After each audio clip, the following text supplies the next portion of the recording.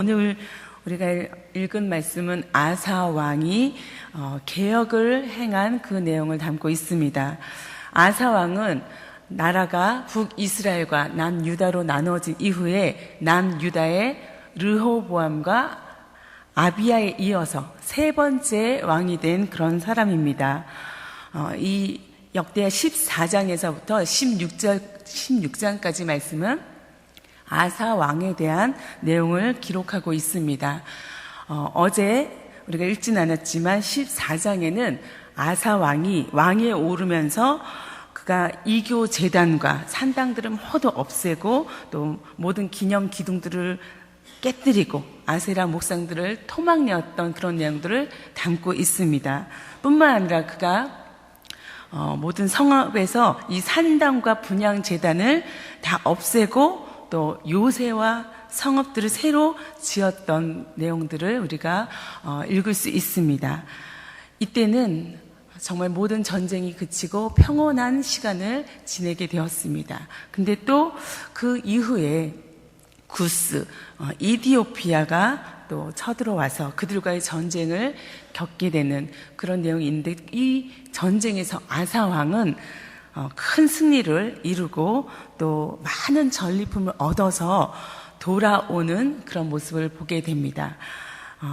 오늘 그 이야기에 이어서 15장은 하나님의 영이 오뎃의 아들 아사랴라는 사람에게 임해서 그 전쟁 중에 돌아오는 아사 왕을 나아가서 맞이하면서 하나님의 말씀을 전달하는 그 내용부터 시작하고 있습니다. 그 아비야가 전한 아사랴가 전한 그 내용은 바로 아사 왕이 개혁을 이룰 것을 말하고 있는 것입니다. 이 15장은 그 아사 왕이 그 아사랴에게 들은 말씀대로 그 개혁을 어떻게 준행했는지 그 내용을 자세히 기록하고 있는데, 먼저 2절부터 7절까지 말씀, 선지자 아사랴가 전한 그 개혁의 내용들, 어떻게 개혁해야 되는지, 하나님의 말씀이 무엇인지 그 내용을 먼저 살펴보기를 원합니다. 2절 말씀을 같이 다시 읽기 원합니다. 함께 읽겠습니다. 시작. 그가 나가서 아사를 맞아 이르되, 아사와 및 유다와 베냐민의 무리들아, 내 말을 들으라. 너희가 여호와와 함께하면 여호와께서 너희와 함께 하실지라. 너희가 만일 그를 찾으면 그가 너희와 만나게 되시려니와 너희가 만일 그를 버리면 그도 너희를 버리시리라. 아멘. 아사랴의 말은 그야말로 너희가 하나님을 찾고 하나님을 만나면 하나님께서 너희와 함께 하실 거다. 그러나 너희가 찾지 않으면, 너희가 그를 버리면 그도 너희를 버릴 것이다 라는 말씀입니다. 그러면서 하나님의 말씀이 없었던 시대, 제사장도 없었던 그 시대를 이야기하고 있습니다. 사사기 시대에도 그랬고 이스라엘이 멸망할 때도, 그래서 포로로 잡혀갔을 때도 하나님의 말씀이 없었습니다. 하나님의 말씀이 있었지만 그 말씀을 듣지 않은 것이죠. 하나님을 찾지 않았던 것이죠. 그래서 그들은 과거에 하나님의 말씀이 없었던 그 시대가 있었듯이 너희들도 하나님을 찾지 않으면 그 말씀이 오늘날에도 없을 것이다. 그러니 너희는 그 심판을 받아 그때서야 뉘우치고 돌아오는 것이 아니라 그 전에 하나님 앞에 나와서 하나님을 찾고 그의 만남을 기대하면서 그가 주실 그 축복을, 평안을 누리라고 오늘 이 말씀을 주고 있는 것입니다. 그 말씀의 결론이 7절입니다. 7절의 말씀, 그런즉 너희는 강하게 하라. 너희 손이 약하지 않게 하라. 너희 행위에는 상급이 있음이라 라고 결론을 맺고 있습니다. 이 말씀은 세번역에는 당신들은 기운을 내시오, 낙심하지 마시오, 당신들이 하는 수고에는 상급이 따를 것이요 라고 격려하고 있는 것입니다. 이렇듯이 아사랴는 아사 왕으로 하여금 그 내부적인 종교 개혁의 고삐를 늦추지 말고 박차를 가하라고 이렇게 촉구하는 말씀을 주고 있는데, 그 말씀이 바로 하나님을 우리가 계속 말씀한 대로 찾으라는 것에 핵심이 있습니다.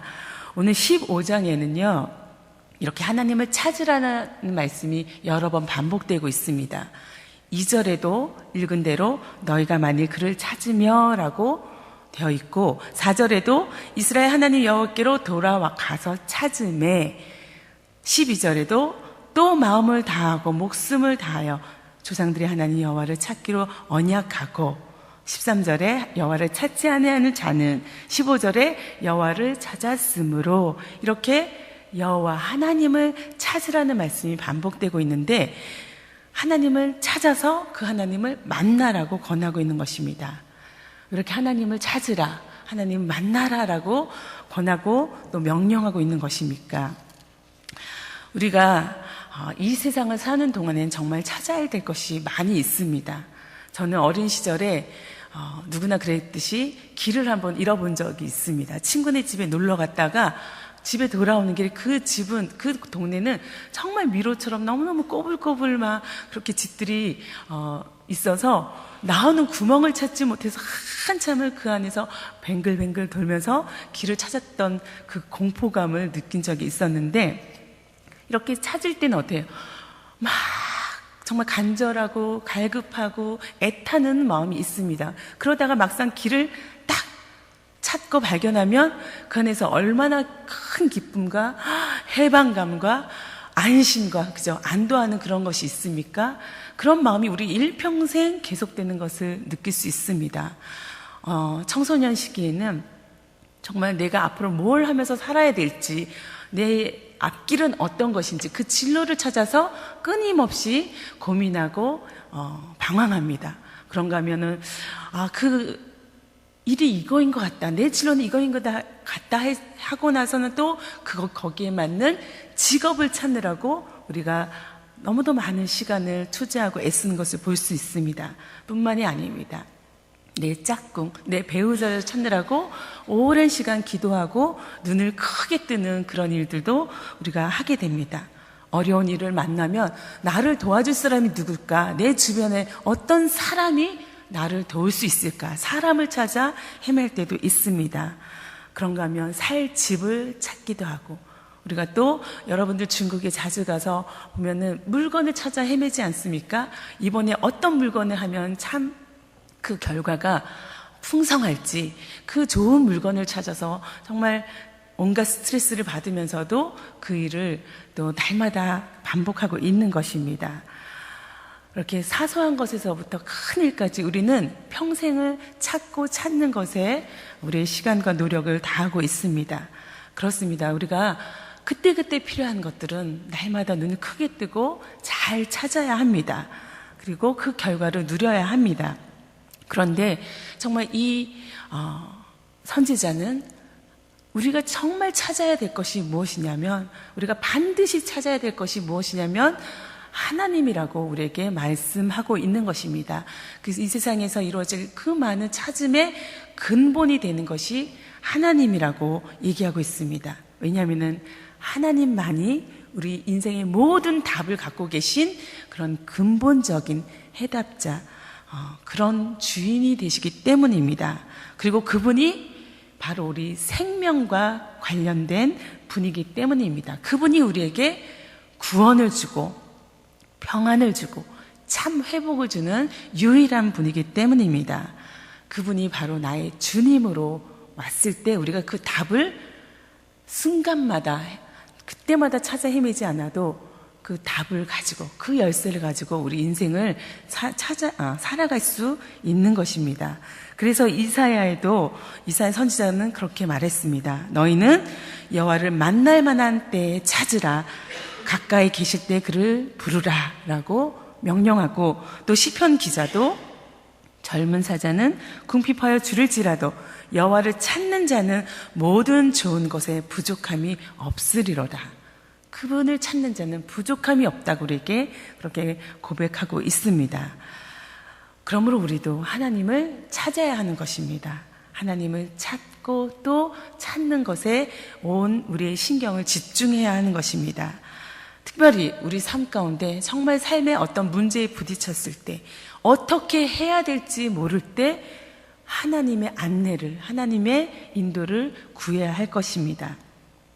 대답이 필요할 때, 길을 몰라 찾아 헤맬 때, 근심과 걱정이 나를 덮을 때, 육체의 연약함 가운데 참으로 그 하나님의 치유함을 간구해야 할 때, 외로울 때, 마음의 위로와 평안이 필요할 때, 용기가 필요할 때, 지혜가 필요할 때, 이 모든 상황 속에서 우리는 하나님을 찾아야 하는 것입니다. 그것이, 그 답이 어디 있습니까?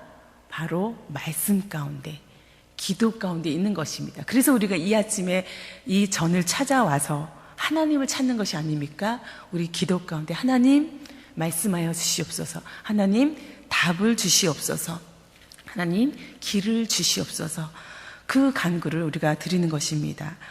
이 기도하는 이 아침 시간을 더 사모하고 더 기대하고 그렇게 많은 성도들이 함께 나와서 주님을 찾게 되기를 이 시간 함께 소원합니다.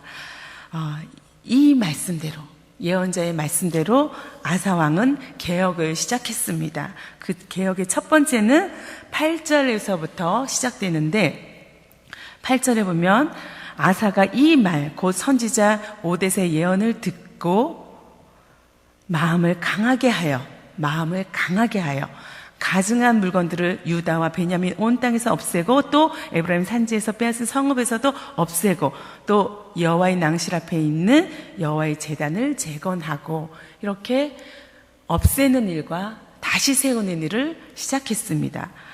여기 8절에는 선지자 오뎃의 예언을 듣고라고 되어 있는데, 세 번역에는 오뎃의 아들 아사랴 예언자가 전하여 주는 예언을 듣고라고 되어 있습니다. 누가 전했든 하나님의 말씀을 그가 듣고 이 일을 시작한 것입니다. 그는 모든 우상적인 것, 우상에게 속한 것들을 다 없앴습니다.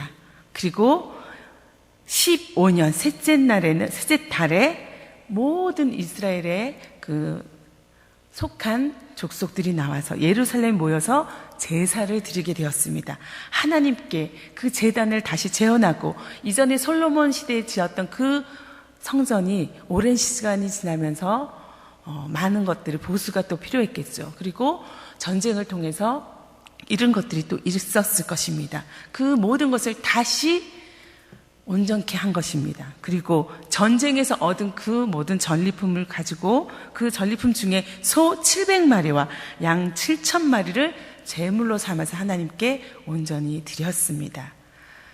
그리고 이제 그 없애는 일과 새로 세우는 일에 이어서 언약이 이루어졌습니다. 12절의 말씀을 우리가 같이 한번 다시 읽기 원합니다. 12절 말씀입니다. 시작. 또 마음을 다하고 목숨을 다하여 조상들의 하나님 여호와를 찾기로 언약하고, 그들은 하나님 앞에 다시 맹세로, 언약으로 이제 하나님과 우리가 완전히 결속되었습니다. 하나님과 우리가 다시 이어졌습니다 라는 것을 분명하게 했습니다. 하나님과 이렇게 온전히 함께 있을 때, 그를 찾고 만나서 하나 되었을 때 하나님이 주시는 그 온갖 복들을 우리가 누리며 그 평안 가운데 거할 수 있는 것입니다. 그런데 이렇게 하나님을 찾는 일과 동시에 이루어져야 되는 것이 무엇입니까? 결별인 것입니다. 떠나는 것입니다. 찾지 않는 자는 죽는다고 오늘 말씀에 넣어 있습니다. 13절에는 그 떠남, 그 결별을 단호하게 말하고 있습니다. 13절, 이스라엘 하나님 여호와를 찾지 않은 자는 대소남녀를 막론하고 죽이는 것이 마땅하다 하고, 과거 하나님께서는 이스라엘이 약속의 땅에 들어갈 때 가나안 사람들과 우상 숭배자들을 돌로 쳐서 죽이라고 신명기에 말씀하고 있습니다. 이 명령은 신앙의 이 순수한 그 순수성을 보존하라는 말씀입니다. 그리고 그것을 위해서는 필연적으로 행해야 될 그런 조치였습니다. 이것은 하나님의 그 사랑이 많으신 하나님의 성품과 배치되는 것이 아니라 성도들이 악으로부터, 죄악으로부터, 타락한 윤리로부터 완전히 결별하고, 그리고 그들을 시키기 위한 단호한 행동들을 취할 것을 하나님께서 촉구하는 것입니다. 죄는 단호하게 잘라내야 되는 것입니다. 우리가 하나님을 찾으면서 여전히 죄 가운데 머물러 있을 수 없는 것입니다. 죄를 청산하지 않으면 하나님을 만날 수가 없는 것입니다. 그 죄를 청산케 하시는 분도 하나님이죠. 우리가 죄 가운데 계속 머물면서 하나님이 주시는 그 평안과 기쁨을 얻을 수 없는 것입니다. 그래서 이 결별과 하나님을 만나는 일이 같이 이루어졌습니다. 그래서 15절의 말씀은 여호와께서 그 사방에 평안을 주셨다라고 고백하고 있습니다. 사방에 온 유다 백성이 그 언약 맺는 것을 기뻐하고 그 언약 가운데 하나님의 말씀에 순종하고 준행했을 때 그 모든 사람들이 함께 평안을 누리게 된 것입니다. 그런데 16절부터 19절 마지막까지는 또다시 그 아사왕의 개혁이 얼마나 단호하고 공정하게 이루어졌는지를 다시 또 하나의 일을 통해서 보여주고 있습니다. 그것은 어머니 마아가의 자리를 패하는 것이었습니다.